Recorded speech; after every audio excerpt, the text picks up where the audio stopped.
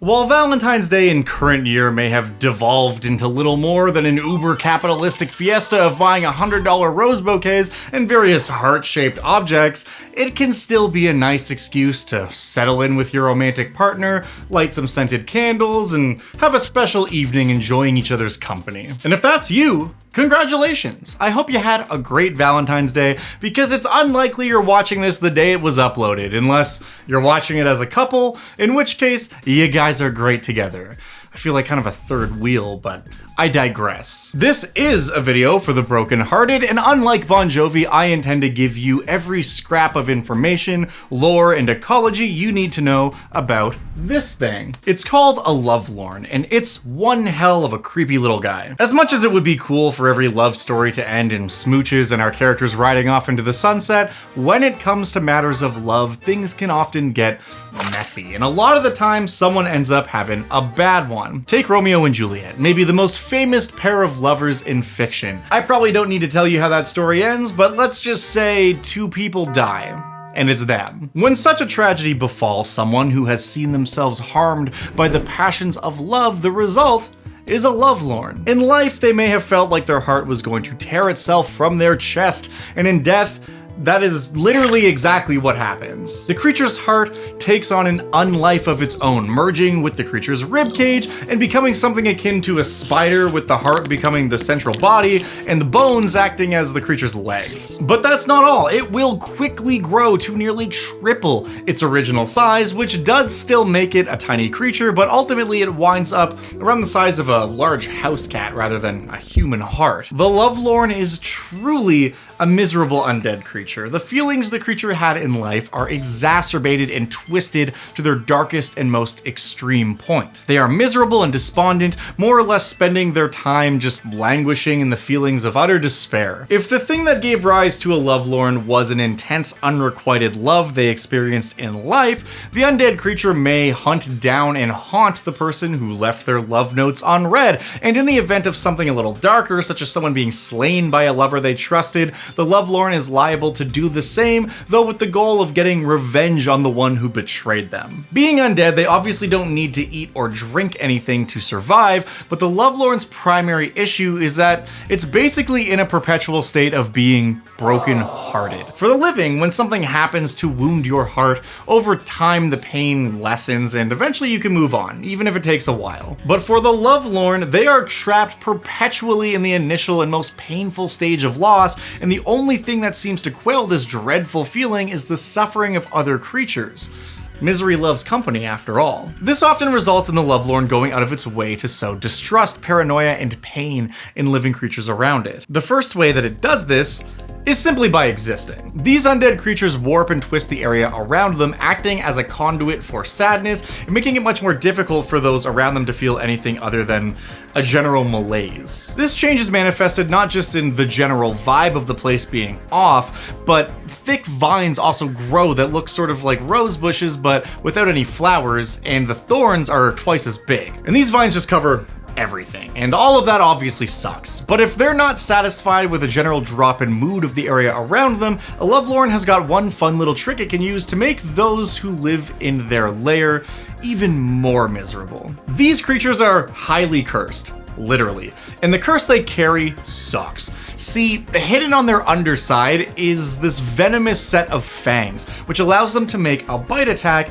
that causes a healthy amount of poison damage and potentially curses the target. When the target gets cursed, they immediately gain a level of exhaustion, and that exhaustion level is permanent. I mean, it's a curse, so something like remove curse, well, indeed will remove that curse, and because the curse is basically just a curse of you have depression, a casting of the spell Calm Emotions is also able to destroy the curse's magic. The Lovelorn is able to straight up cast some spells as well, most of which are geared towards it being a nightmare to try and track down. At will, it can cast spells like Invisibility, Minor Illusion, and Silent Image, as well as Mage Hand, which all make for great tools of stealth and deception, especially considering that when it casts Mage Hand, the hand is invisible. 3 times per day it can cast Entangle, which is a great battlefield control spell and also feeds into the whole narrative of the overgrown vines thing. And once per day it can cast Animate Dead, which is a great way to have a few zombie servants get between you and your enemies, but also has a super secret use for this creature specifically that I'll get into in a minute here. The whole concept of this creature just kind of making the area around its home unpleasant is cool, but in 5e we now have monster layers to facilitate stuff like that, so I of course gave this thing some proper layer traits in my 5e conversion, which more or less just codify the concept of the area being covered in thick vines, thus becoming difficult terrain, and everyone being a little sad all the time. However, that is pretty much all the original creature could do, and as a CR4 monster, I thought it would be fun to punch this thing up a bit, so I gave it another action called Grasping Ribs that allows the Lovelorn to dig its bone legs into a target and siphon away their life essence, causing a hefty amount of necrotic damage. The original stat block for the creature is actually from Pathfinder, and there's a version of it that was updated into Pathfinder 2nd edition where it was given a reaction to skitter away when threatened, so I added that on as well. I also gave it an aura that imposes disadvantage on saving throws made by living creatures who are near the thing, which will help it along with its curse distributing ways. It also makes it a great companion for another undead monster. But how do you actually use this thing at the game table?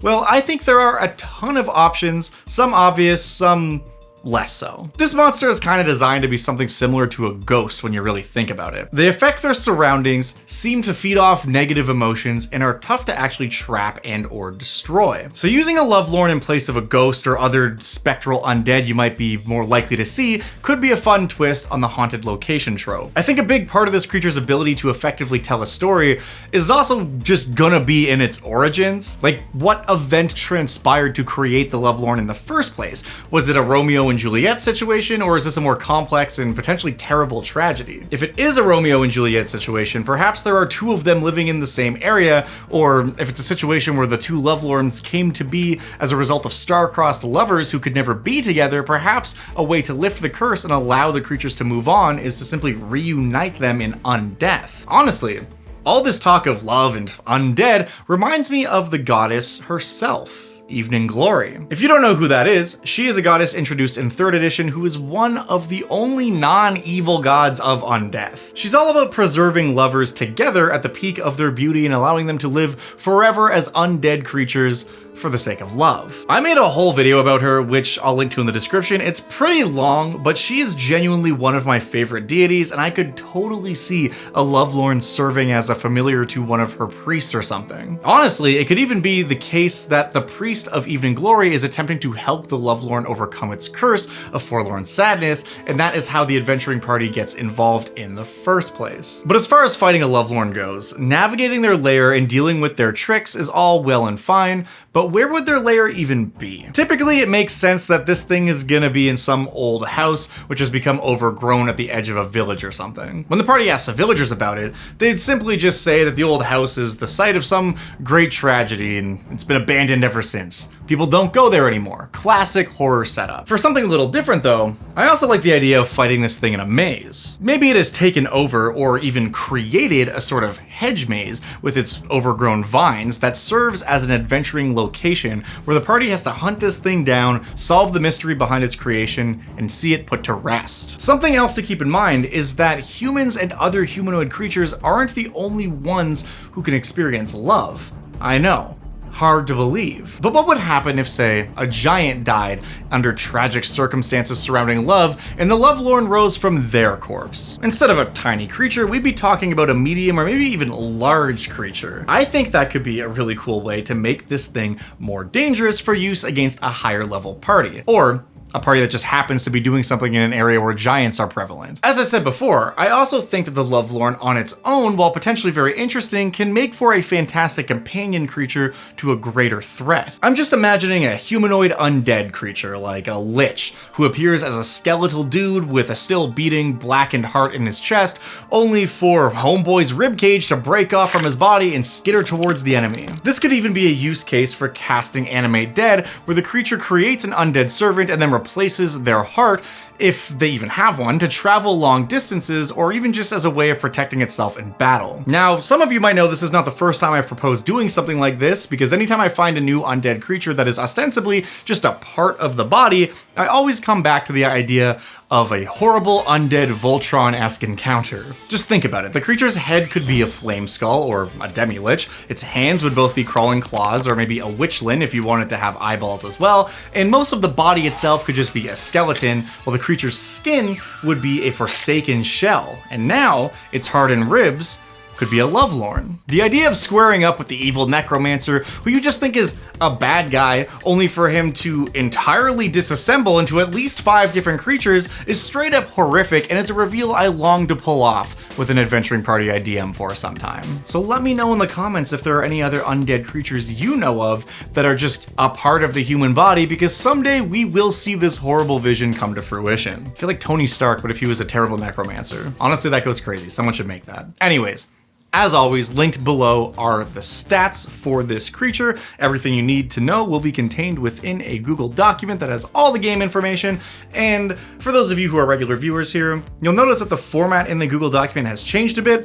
I have started hyperlinking things to rules when those rules are specifically mentioned in the text, kind of like how they do it on D&D Beyond. And I've changed up a bit of the formatting itself. So I don't know, let me know if you think it looks good and if it's more useful to you, because maybe we'll move on to this kind of formatting going forward.